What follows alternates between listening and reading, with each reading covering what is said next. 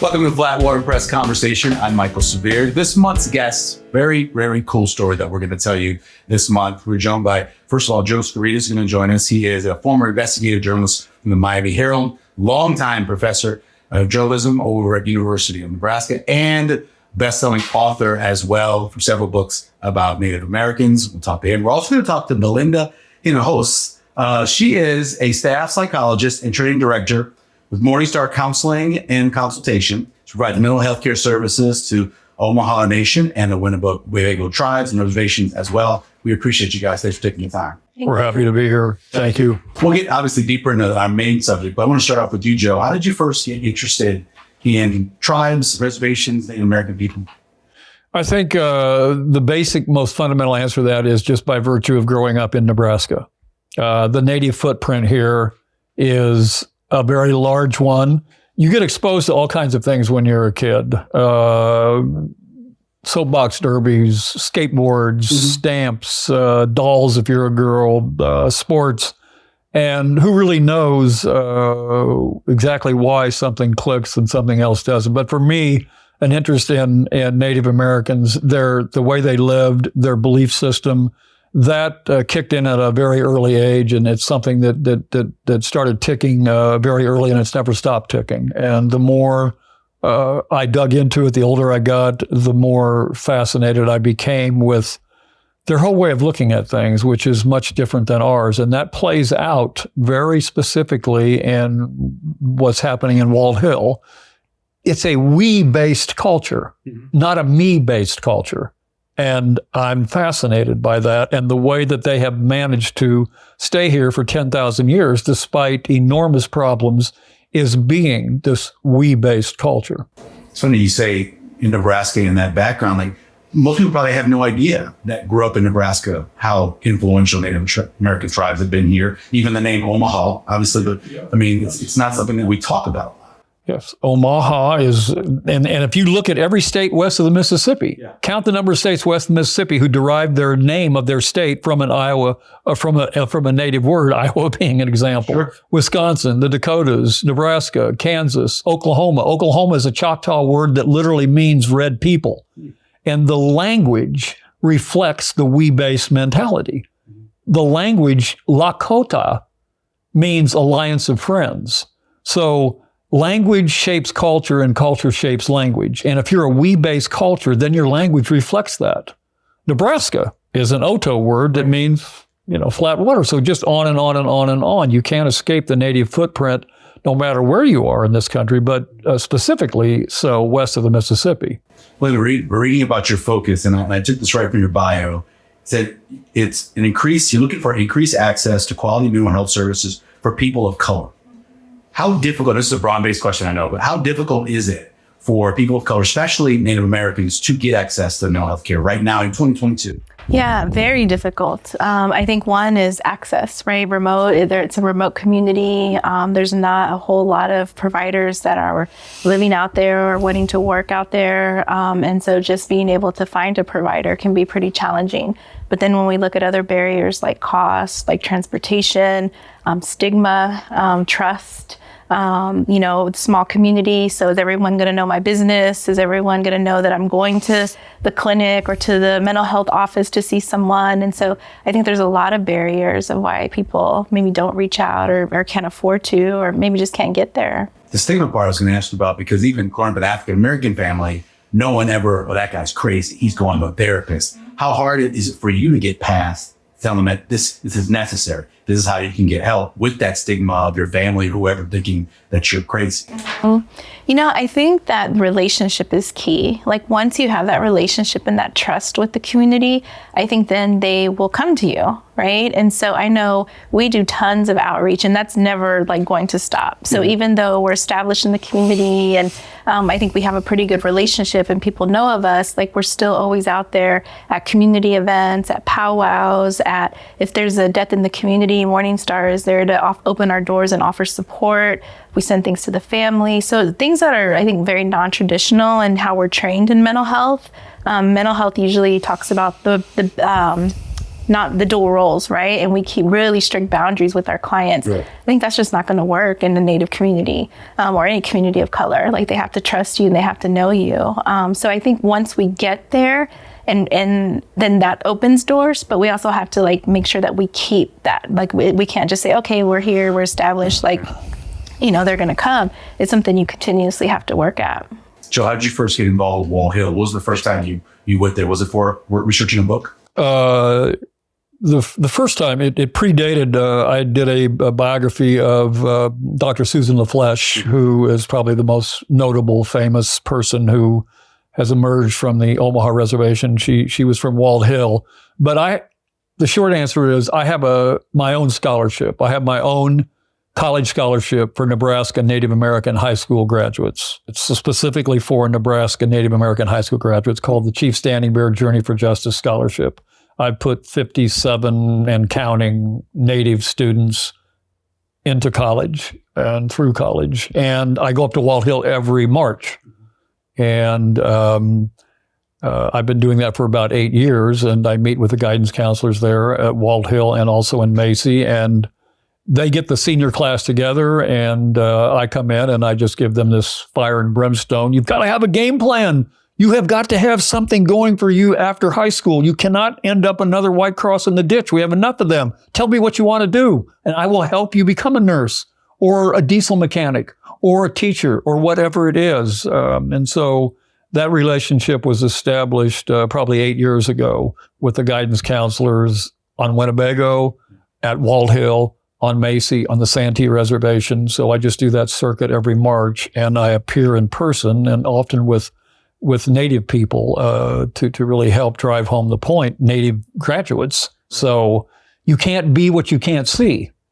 And if I have a young woman with me who is getting her PhD and she's Ojibwe, that gives the presentation a lot more credibility. So the relationship with Wall Hill started 8 years ago, and it was hitched to the idea of, let me help you get through college so you have a career that can generate an income, that can support a family, that can allow you to become a community member. It just kind of unfolded from there. And now I love the place and love the people there. It's got to be difficult to see what happens to some of those kids. I mean, obviously the suicide rate is high, substance abuse, alcoholism. That's got to be difficult to just go in there, give your message, but at the same time, you're not going to get everybody. No, you're not going to get everybody, but it's like the little boy and his father walking along the seashore and seeing thousands and thousands of starfish, and the little boy picks one up and throws it in the ocean, and the father says, "Little Johnny, what's the point, really? There are thousands of these. It really won't matter." And Johnny just says to him, looks at him and says, "Well, it will to that one."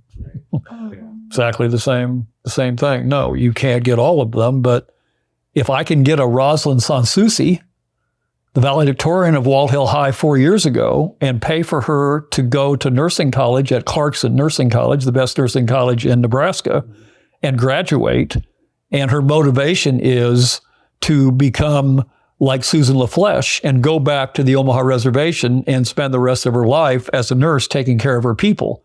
It doesn't matter if you get all of them. It matters that you get Rosalind. Yeah. It's got to be also difficult. Like, we're talking about the stigma and also having a white man walk in and tell them these things. How do you think that works? The mentality to say, this guy's telling me he doesn't know. How do you think that works for those kids to believe him? I think that, Joe's done a good job of building relationships in the community. And so even for kids that may be meeting him for the first time, they see him talking to people like Mike Grant, right? They see him talking to others in the community, and they see that relationship is strong. And so then they're a little bit more open to hearing what Joe has to say. But I think they don't hear it enough, right? They don't see it enough. I think, like Joe said, if you can't see it, how are you going to be it, right? And so I think, like, by bringing back individuals who have come from those communities or who represent their culture or similar to their culture, then I think that helps them open their ear a little bit more. But yeah, like I think that, one of the things that I think is a challenge up there is that a lot of the programs are usually funded on grants, and which is, great. but grants usually only have a cycle of maybe 4 years, 5 years, and then the money dries up and they leave, right? Until the next grant comes. And so I think the community is used to seeing people come in, you know, there for 4 or 5 years, and then they leave. And then another year or two later, here's another group. And so then sometimes it's difficult to then like really trust, like, are you really here? Are you here to stay? Are you just going to be here until the money runs out and then you're gone? And I think that's the thing that we really try to work on with Morningstar, is that we are here to stay. We're not, you know, we're not leaving. That's not our goal. And I think, again, Joe's proven that with just the number of years he's been involved, and that he continues to like come up to Walt Hill and bring others to Walt Hill. He brought a big group to Walt Hill of board members that had never, you know, been on a reservation, had never really like been seen, you know, and like never gone to a tribal community. And so also like bringing others in to see that as well. So I know you'd seen the success in other places of skate parks, including Native American communities. What clicked in your head to say this needs to be there as well? Well, I can tell you very specifically, after my annual visit in March of 2020 to the senior class at Walt Hill, the Fire and Brimstone, Let Me Help You, the guidance counselor pulled me aside and asked me to come into her office. And she told me, this is somebody I'd gotten pretty close with, and she is enormously helpful in getting all the senior class and carving out a time and a space. And we'd done that for probably 5 years. She pulled me in after the March 2021 and said, there's something you need to know. And it explains to some degree why these kids didn't seem as engaged as they normally do. And she said, a couple of weeks ago, we had 17 suicide attempts in one night. 6 of them successful, ranging in ages from 15 to 24. And just those 2 sentences, they were daggers that I just couldn't pull out. They just were so haunting. And I was just thinking, if that had happened at Omaha West Side or Creighton Prep or Lincoln Southwest, the governor would have mobilized the National Guard, and he would have created a Red Cross mobile crisis unit that would have been in those hospitals the next day. That many suicide attempts on the Omaha Reservation, 6 dead, nobody even knows it happened. Maybe a lot of people on the reservation knew it happened, but nobody off the reservation knew it happened. And just the sheer unfairness piled on top of centuries of trauma. Do something. To me, action is hope, and inaction is hopelessness. And I'm wound really tight, as any number of people could say and test to. But, you know, it has an upside too. And I was just committed on the drive back, thinking back to all the thousands of hours I've spent on the Pine Ridge Reservation doing research and building friendships there. And every single time, I don't care what time of year it was, driving by the skate park at Pine Ridge, and if you were in a helicopter, had an aerial view, it would look like an ant colony, just swarming with kids. And I thought, you know, let's try that at Walt Hill. Let's see if we can build a skate park at Walt Hill where they can just get out of their bedrooms, get out of their homes, get Susan LaFlèche's mantra. She had a medical degree. She graduated as the valedictorian of her class. She was the first Native American doctor in the history of the United States. But her mantra was fresh air and sunshine is the best medicine. Okay, if the woman who lived 2 blocks up the hill from where the skate park was going to be built believed fresh air and sunshine was the fresh medicine, well, let's give them some good medicine. And so that was the idea of welding the need that came from the counselor's story of the suicide attempts with the vision of Pine Ridge. And that was a happy place. That skate park was a happy place. Every time I stopped there, everybody was smiling, patting people on the back, you know, bragging, trash talking, but they were out having a good time. They weren't in their bedrooms, holed up in their sweatpants watching violent video games. And so that was the attraction. Is it that simple? when you talk about getting outside, obviously your endorphins go up and you just feel better, especially when it's a nice day. Is it that simple to help someone out who may be struggling inside their own head to get out and skateboard? You know, I think what we're seeing is just the connection that's being built. So kids who maybe knew each other from school but didn't really talk to each other, kids who maybe had never seen someone skateboard, like go down there because there's a kid that's really good at it and they want to see the tricks that he's doing. So I think it's pulling them out because it's new and it's something that they see their friends doing or the other kids at school doing. And so then they're coming together and they're forming their own community within the community, right? And I think it's that connection that keeps people alive, right? It's that connection. And when you ask people, you know, who've had suicidal thoughts, you know, what's kept them from acting on that, it's my mom, it's my dad, it's my sister, it's, you know, and so I think it's building community. I think also just the excitement that I've seen with the kids, with just building the skate park as it was coming along all summer, like I could see them, because we're right across the street from it. So I could see them like, you know, kind of just standing around, and as things were starting to come together, even though there was yellow tape that said, don't go on there, they were still like on there, like just starting to, you know, kind of, you know, just kind of really be in awe of what was being created. And then I think just the sense of like that this is ours, right? This is going to be ours to like be able to use. I think there's like an energy that brings hope. And I think that's another protective factor against suicide and depression, is having that hope, having that connection, that sense of belonging. So I think all of those things have contributed to you know, why this is making such a difference, and it just opened, right? So it'll continue, I think, to make a difference. John Sherman Jr. Is a 15-year-old sophomore at Walt Hill High, universally known as Junior and universally regarded as the Tony Hawk of Walt Hill, the best skater.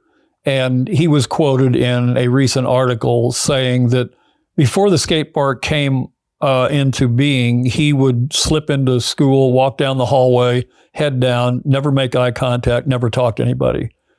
Post skate park, he walks into the building, the high school building, every day with his head up, looking people in the eye, smiling, because he knows he's got something to look forward to that he didn't have just a month ago. And it's just completely flipped his attitude in the hallways between classes and in class 180 degrees. So what a wonderful thing. I think we didn't know how important community was, whether it be going to a ball game or going to a movie with a group of people or church, until the pandemic hit. And you had a great point about it's a community within a community. It just gives you that joy in the morning to wake up, right? Because you're going to get to hang with your community. Yeah. That blows my mind. I didn't think about it before. Never thought about it before the pandemic. So how do you build this? How do you raise the money? How did it get done? You know, it was really, when you look back on it, it was shockingly easy. It was just there were 10 things that had to fall into place, and if any one of those 10 things backfired, it wouldn't have got built. All 10 of them just toppled like dominoes in a line. If the funding wasn't there, if the community wasn't behind it, if there wasn't another colleague to partner with on the reservation, if the kids didn't want it, if there were supply chain issues, I mean, any one of those could have torpedoed this, but they all just fell into place. And the easiest of all of the things was the fundraising. You present the need and you send it out to a foundation like the Lozier Foundation in Omaha. And I'm not going to tell you what they gave, but I can just say that we sent them a one-pager, and it included the paragraph about the suicide night in February of 2020.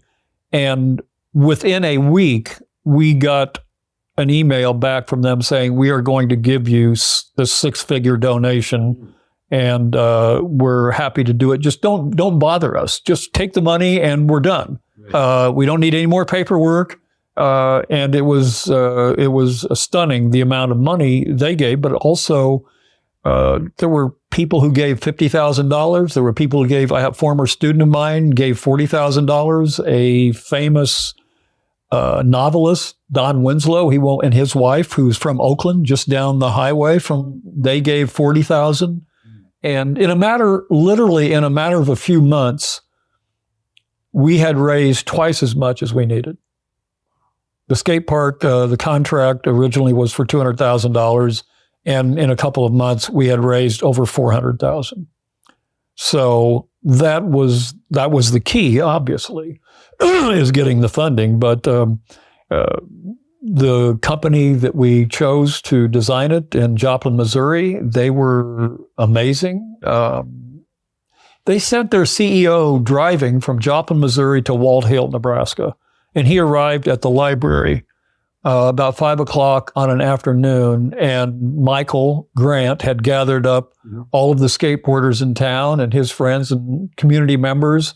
And the CEO of American Ramp Company from Joplin, Missouri, came into the middle of the Omaha reservation, and he asked the kids what they wanted. He had 3 different designs, and he gave them like yellow and green stickers to put on the designs that they like best and on the features. Yeah, exactly. That's brilliant. Now think about that. This is not the dynamic that has existed between outside white people and native communities. Right. They are very accustomed to white strangers coming to the reservation, telling them what they're going to get, not asking them what they want. And once that equation got flipped, the buy-in and the power and the strength and the community getting behind this project was like a tidal wave. So we really are grateful to our partners in Joplin, Missouri for doing that, for getting in the car and driving 8 hours to get to a reservation in the middle of a place they've never been before, and to let the kids decide what kind of a skate park they wanted. And that's the skate park that they got. So what's next now that this is there for a few months and you're seeing differences already, but what else needs to be done? A lot of people gave money, maybe they can give more money. What else needs to be done that you're seeing? Yeah, I think this skate park has really brought this sense of hope and belonging. And so I think we don't want to lose that momentum, right? So what are some other things that we can build in the community? Can there be skateboard, competitions, lessons? Can there be other events that we plan, but we incorporate the skate park into it? And so right now, the kids are really excited about it, but then how can we build on this, right? And I think it goes back to how do we include the community? How do we make sure that elders and parents and others are also involved in supporting kids with skateboarding? I think there's a lot of opportunity here. And I think even just from everything that we've seen Junior do with the skate park and just the mentorship and leadership that he's provided, Morningstar wanted to recognize him. So we invited him over to our building and we recognized him on Facebook. We gave him a star quilt and we gave him a gift card.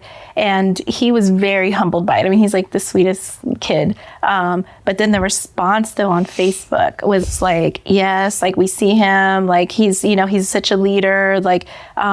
He's been through a lot. I'm glad that you're doing this for him. And so just kind of that recognition that those students don't always get, right? And so how can we use the skate park? Because we're not recognizing him for being a good skateboarder, even though he is, right? We're recognizing him for his leadership and for his mentorship that he's providing. And so that may be something that was never recognized before the skate park because he didn't have an opportunity to show those skills.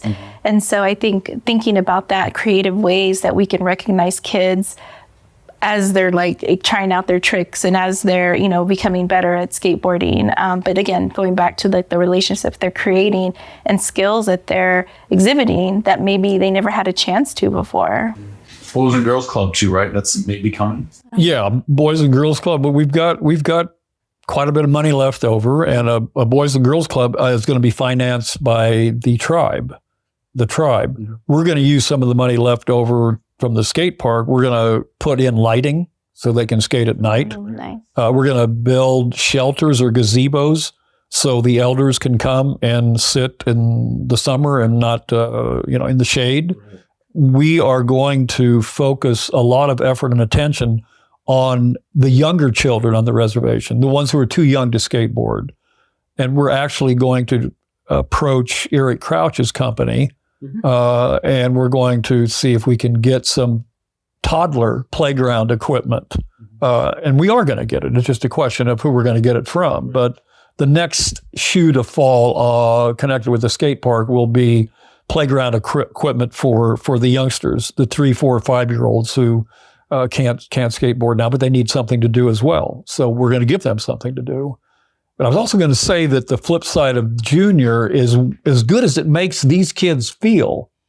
The reaction to this story has just been a tsunami wave, and it's been overwhelming.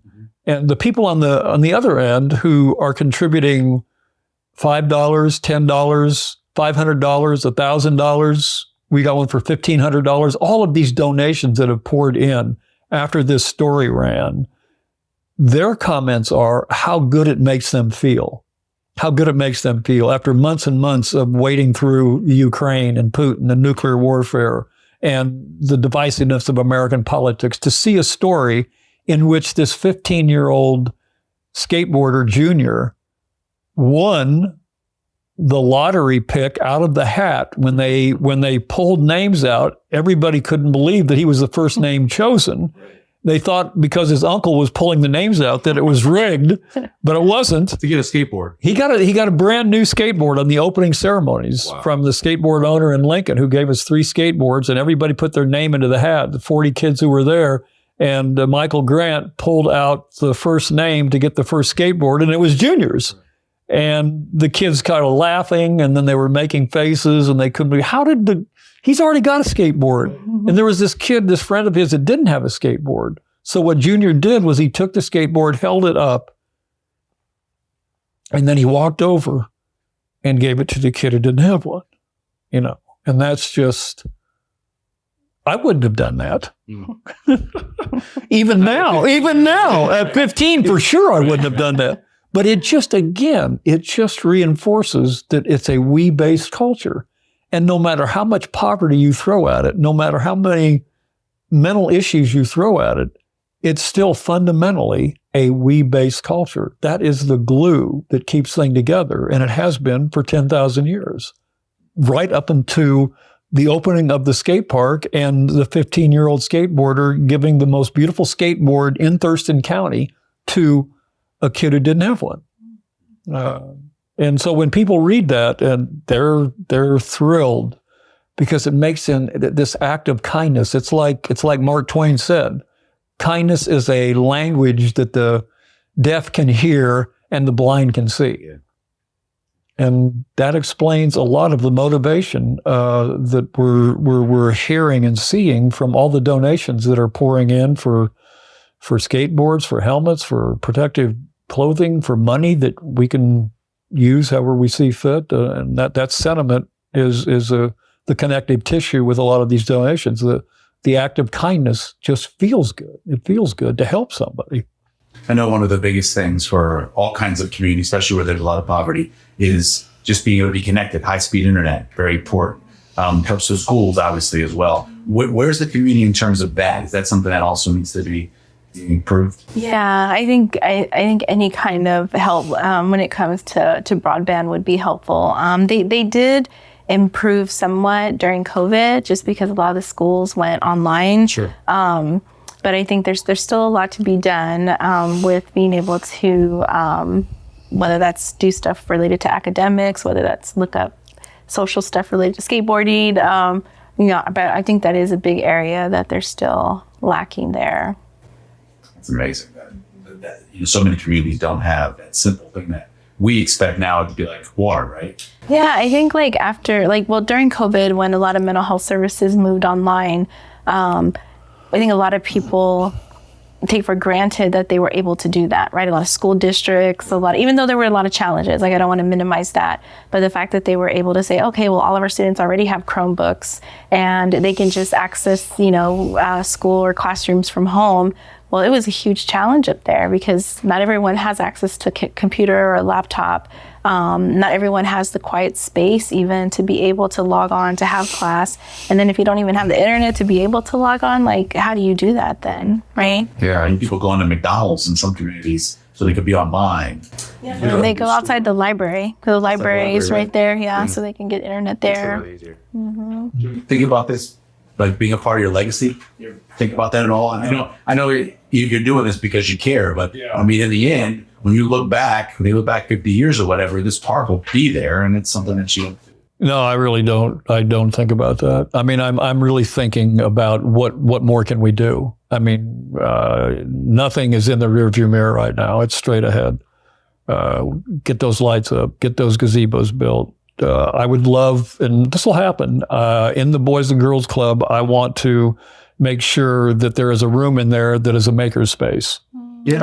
I want to carve a niche, and I will step over bodies if I have to get that done, because I want to be able to exercise their brains as much as their bodies and get them 21st century ready. They're not going to be able to earn a living and support a family by skateboarding. Right. But they laser cutter, 3D printer, all of that, machine. Yeah, all of that. Yeah, it's available at Creighton Prep. Yep. It's available at Omaha West Side. It's available at Lincoln Southeast, Southwest. Why not Wall Hill and Macy? And that is just something that's really important, is to make sure that they're not falling so far behind of the off-school systems, off-reservation schools, that they're hopelessly behind at age 18. And I want to do something to close that gap. And that's an easy thing to do. And we'll get that done. So there's no time to be wasted to look in the rearview mirror when there's so much to be done on the road ahead. With people opening their pocketbooks and purses while it's this point, is there something that you look at? Do you like to see the community get that they need that can move this farther? I mean, I think like the more you can invest in, whether that's mental health services, whether that's access to like transportation to come into like our center, whether that's just even resources so that we can be more present in the schools with presentations and mentoring. And I think that's key. There's, as you were sharing earlier, there's, I had just started with Morningstar in that early 2020 when all those suicides occurred. It was a really difficult time. And I just remember the schools and the communities were like all hands on deck. They were going out at night looking for kids that they couldn't get a hold of. Everyone was like, what do we do? How can we, provide resources to students? And I think that the community came together and they've come a long way since then, but there's still always a need for resources for, I think, littles like Joe talked about up until adults. And I think the more that we can pour into mental health resources to normalize talking to a counselor, not being ashamed to talk about thoughts of suicide or depression, anything like that, I think the stronger the community will be. I know one of the things that I heard the day of the skate park ribbon cutting, I was standing behind the group of kids that were sitting there listening to the speakers.